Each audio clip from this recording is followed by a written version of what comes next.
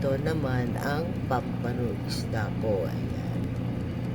Kaya nagluto ako ng gulay na hindi ko alam anong pangalan yung gulay.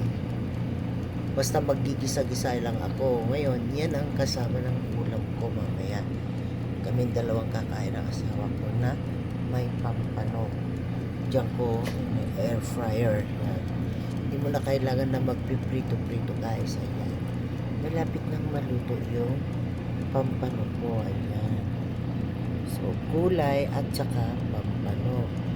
Ang kakainin ko ngayon. Kita nyo guys. So, gulay at pampano ang ulam ko. Kita nyo guys. Ayan. Ayan. Ayan. Guys, pakita ko mamaya.